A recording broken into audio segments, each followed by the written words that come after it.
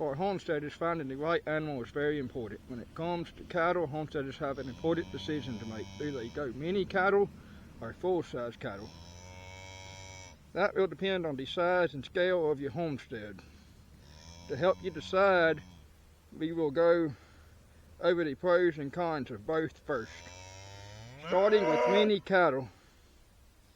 The first pro of mini cattle is that they are easier to handle. Mini cattle tend to be more docile and easier to handle than full-size cattle. Second, mini cattle are safer for families with children since they do less damage to pasture and fencing, so are less likely to escape your pasture. Require less space, and you can do mini cattle on half to 1 acre of pasture per head. Fourth, mini cattle will save you money.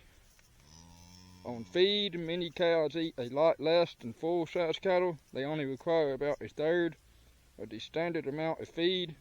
Fifth, mini cattle produce less waste. Because they eat less than full-size cattle, they will produce less waste, which will save the homesteader time and money on waste management. Sixth, the mini cattle make great pets due to their docile and friendly nature. They make great companions. Seventh, depending on breed, you can milk mini cattle and get about 1 to 1.5 gallons of milk. Eighth, mini cattle can feed a family of four for months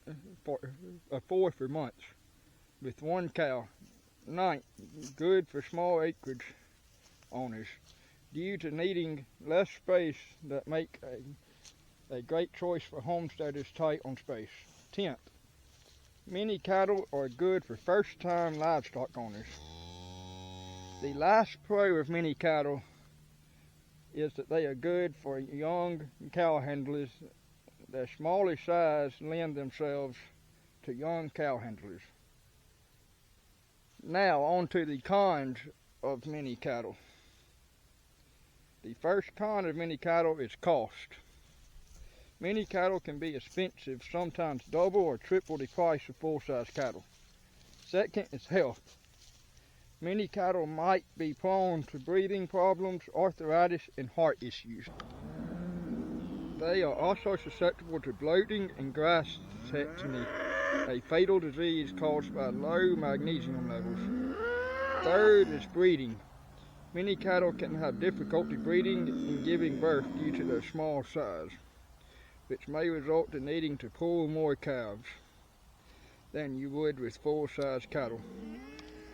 Fourth con of many cattle is predators. They are more susceptible to predators such as coyotes, bobcats, and stray dogs. Fifth, as many cattle are dairy breeds, they may be harder to milk by hand than full-size cattle due to their smaller teats. Sixth is genetics. Some breeders depend on size to the point that bloodlines suffer genetically. You will need to find a good, reputable breeder. Seventh and last con of many cattle is they require routine veterinarian care, such as vaccines if you vaccinate your livestock. I don't.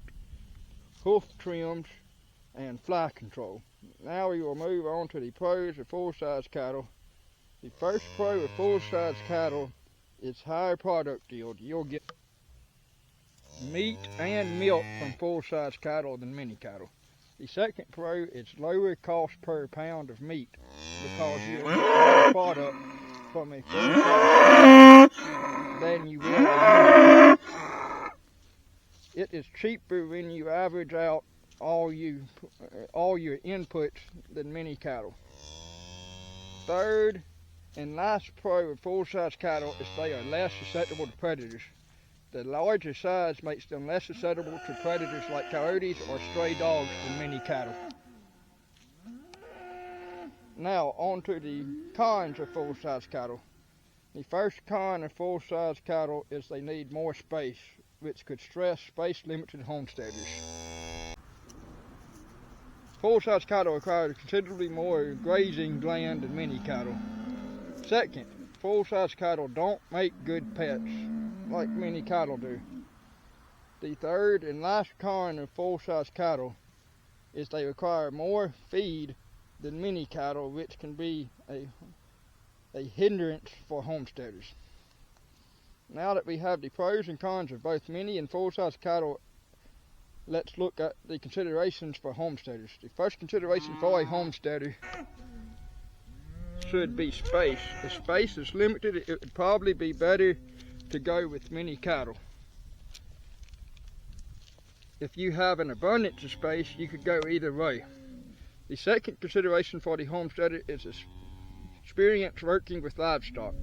If you have little to no experience with livestock, I'd recommend mini cattle. Third is kids. Will kids be around the cattle? If so, I recommend mini cattle due to their more docile and friendly nature. The fourth and last consideration I would say a homesteader needs to look at is feed ability. Do you have a lot of grazing, or will you need to supplement all year long? Will you buy or cut your own hay? If you will need to supplement all year long, then I would definitely recommend mini cattle. If you are cutting your own hay but can only produce a small amount, then I would recommend mini cattle. If you are cutting your own hay and have a plentiful amount, you could go either way on other factors we discussed. If you are buying hay, you could go either way depending on how much you are able to spend on hay. Well, that's all from Fresh Start Homestead for today. Please let me know what you think in the comments below. And if you enjoyed, please like and subscribe for more. Let's make a more self-sufficient generation.